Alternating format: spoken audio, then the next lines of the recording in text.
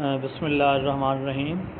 आज हमने 10th class का टॉपिक पढ़ना है सिंपल हार्मोनिक मोशन से आगे इसकी करेक्टरिस्टिक्स हैं सिंपल हार्मोनिक मोशन की, वो हमने डिस्कस करनी है। ये शॉर्ट क्वेश्चन आता है।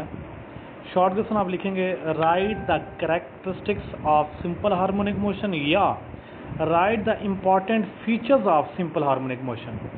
सिंपल हार्मोनिक मोशन की इम्पॉर्टेंट फीचर खसूसियात लिखें। मतलब तो आपने जी इसके जो पॉइंट्स हैं ये चारों पॉइंट करने हैं इसमें। सिर्फ सबसे पहला important feature of the simple harmonic motion कौन कौन सी? नंबर 1 पॉइंट पे, a body executing simple harmonic motion always vibrate about a fix point.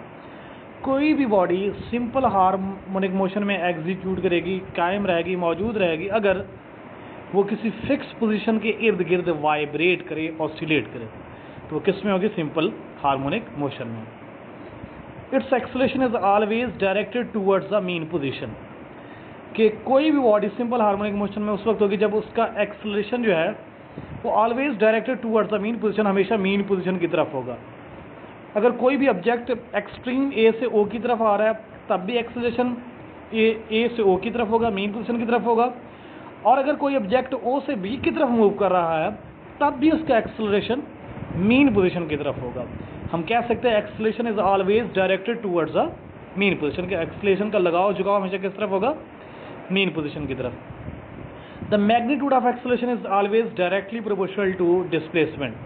Acceleration जो है वो डायरेक्टली प्रोपोर्शनल है किसके? डिस्प्लेसमेंट के। A is directly proportional to X from the mean position. Acceleration will be 0 at mean position while it's will be maximum at extreme position. Mean पे acceleration क्या होगा? 0 होगा और एक्सट्रीम पे एक्सेलरेशन क्या होगा? मैक्सिमम होगा, क्योंकि ये डिस्प्लेसमेंट के डायरेक्टली है। तो मीन पे डिस्प्लेसमेंट भी 0 होता है, इस वजह से एक्सेलरेशन भी 0। एक्सट्रीम पे डिस्प्लेसमेंट भी मैक्सिमम होता है तो एक्सेलरेशन भी मैक्सिमम। इसी तरह its velocity is maximum at mean position and 0 at extreme position.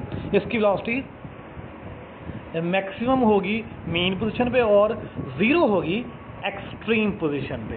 तो ये हमारे पास एक शॉर्ट क्वेश्चन बन जाता है जी। इसके बाद कुछ डेफिनेशंस हैं जो शॉर्ट क्वेश्चन में आती हैं, एमसीक्यूज में भी आती हैं। जैसे vibration, one complete round trip of a vibrating body about it's mean position is called vibration. Mean जैसे ये हमारे पास सिंपल पेंडुलम है, ए से बी तक और बी से फिर दोबारा ए तक जब बॉडी मूव करेगी तो इसने एक वाइब्रेशन कंप्लीट करना है। वाइब्रेशन का मतलब एक चक्कर कंप्लीट करना है। ए से बी ये हाफ हो जाएगा, बी से फिर दोबारा ए, ये फिर हाफ, तो मीन एक चक्कर इसका A1 वाइब्रेशन इस तरह कंप्लीट होगी। Time period, the time taken by a vibrating body to complete one vibration is called time period. एक चक्कर को कंप्लीट करने के लिए जितना वाइब्रेटिंग बॉडी टाइम लेगी उसे हम टाइम पीरियड का नाम देंगे। और इसको कैपिटल T से लिखते हैं। एक है टाइम और एक है टाइम पीरियड। टाइम को स्मॉल टी से और टाइम पीरियड को हम कैपिटल T से रिप्रेजेंट करते हैं। इस तरह की frequency the number of vibration और cycle of vibrating body in 1 second, it's called frequency. कि एक सेकेंड के अंदर वाइब्रेटिंग बॉडी जितने अपने साइकिल या वाइब्रेशन जितने अपने चक्कर कंप्लीट करेगी उसे हम फ्रीक्वेंसी का नाम देंगे। It is reciprocal of time period. F is equal to 1 over capital T, f is equal to 1 over T, ये फ्रीक्वेंसी। और इसका ऐसा यूनिट जो होता है वो होता है हर्ट्ज, HERTZ, हर्ट्ज, जो कि इक्वल होता है पर सेकेंड के। ठीक है, क्योंकि f is equal to 1 over t, t का मतलब टाइम पीरियड का यूनिट क्या होता है? सेकेंड, तो ये पर सेकेंड हो जाएगा। तो पर सेकेंड किसके इक्वल होता है? हर्ट्ज के इक्वल होता है। एम्पलीट्यूड जी, the maximum displacement of a vibrating body on either side from its mean position is called amplitude. वो ज़्यादा से ज़्यादा फासला, जैसे ये मीन O से एक्सट्रीम ए की तरफ मैक्सिमम से मैक्सिमम डिस्प्लेसमेंट जो है ये क्या कहलाएगा? एम्पलीट्यूड कहलाएगा। दूसरा जी नीचे एक एग्जांपल दी गई है। ये एग्जांपल इंपॉर्टेंट है शॉर्ट के लिए भी और एमसीक्यूज में भी 2-3 बार आई है example. Find the time period of a vibrating of a simple pendulum 1 metre long at location where the G is equal to 10 metre per second square. Length दी, G की वैल्यू दी, हमने टाइम पीरियड का formula लगाना है और frequency find करनी है। T is equal to 2 pi L over G square root. Values put करें जी। लेंथ हमारे पास 1 है, G की वैल्यू 10। 2 पाई की वैल्यू 3.14, 3.14 को मल्टीप्लाई करें 2 से तो ये आ जाएगा 6.28, 1 डिवाइड बाई 10 होता है 0.1, 0.1 का स्क्वायर रूट लेंगे तो ये आपके पास आ जाएगा तकरीबन 0.316 आ जाएगा, शायद 316, बाकी कैलकुलेट कर लीजिएगा। तो 0.316 को मल्टीप्लाई करें 6.28 से ये 1.99 सेकेंड, ये टाइम पीरियड आ गया। अब फ्रीक्वेंसी फाइंड करनी है तो हमने पढ़ा फ्रीक्वेंसी जो है रेसिप्रोकल है किसका, टाइम पीरियड का, f is equal to 1/t, 1/1.99, तो ये फ्रीक्वेंसी आ जाएगी 0.50। तो ये हमारे पास क्या आ जाएगा बेटा, ये एग्जाम्पल आ जाएगा। साइड पे ये पैच वगैरह जो है MCQs के लिए आप लाजमी देखेंगे। तो इसके बाद हमारे पास है डैम्प्ड ऑसिलेशन। तो डैम्प्ड ऑसिलेशन लॉन्ग और शॉर्ट दोनों के लिए आप करेंगे, लॉन्ग के लिए भी करना है आपने, शॉर्ट के लिए भी करना है। डैम्प्ड ऑसिलेशन, इसमें सबसे पहले कहता है vibratory motion of ideal system is in the absence of any friction और resistance continues indefinitely under the action of restoring force.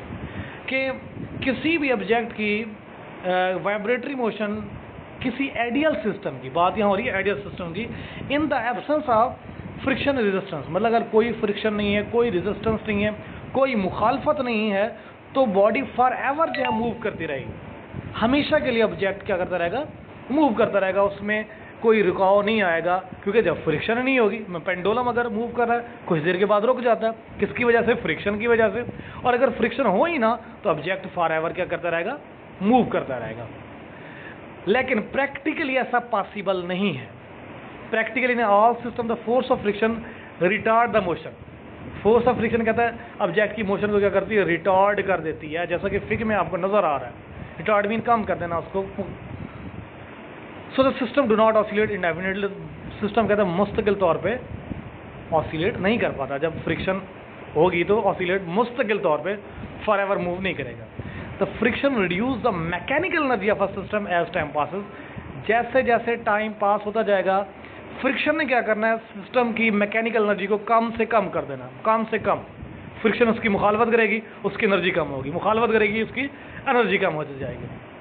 तो as time passes and the motion is said to be damped, इस motion को हम नाम देते हैं फिर damped का।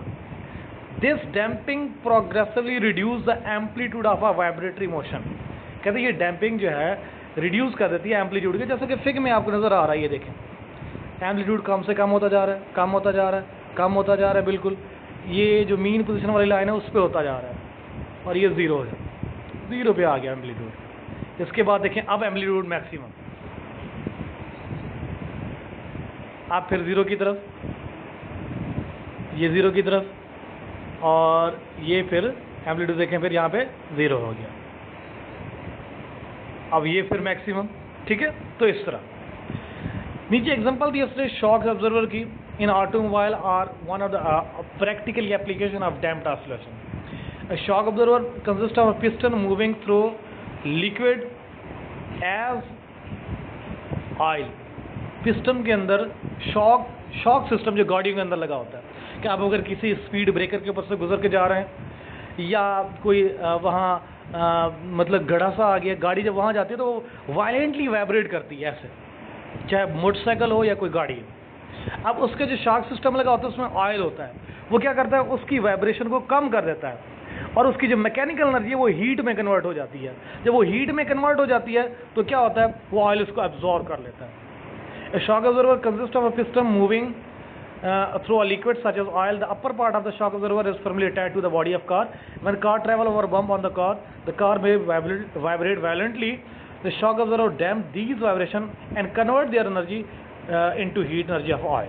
तो नीचे इसकी डिफाइन है, the oscillation of a system in the presence of some resistive force are called damped oscillation। कि किसी भी बॉडी की, किसी भी सिस्टम की oscillation in the presence of some resistive force. Resistive force कौन सी होती है, मुज़ाहमती फोर्स, रुकावटी फोर्स। किसी भी मुज़ाहमती या रुकावटी फोर्स की मौजूदगी में किसी सिस्टम की ऑसिलेशन, ये क्या कहलाती है, डैम्प्ड ऑसिलेशन। तो oscillation of a system in the presence of some resistive force, ये कहलाती है ऑसिलेशन। तो किसी भी मुज़ाहमती रुकावटी फोर्स की मौजूदगी में किसी सिस्टम की ऑसिलेशन क्या होगी, ये डैम्प्ड ऑसिलेशन। तो बेटा ये लॉन्ग क्वेश्चन में भी करना है, शॉर्ट में भी करना है।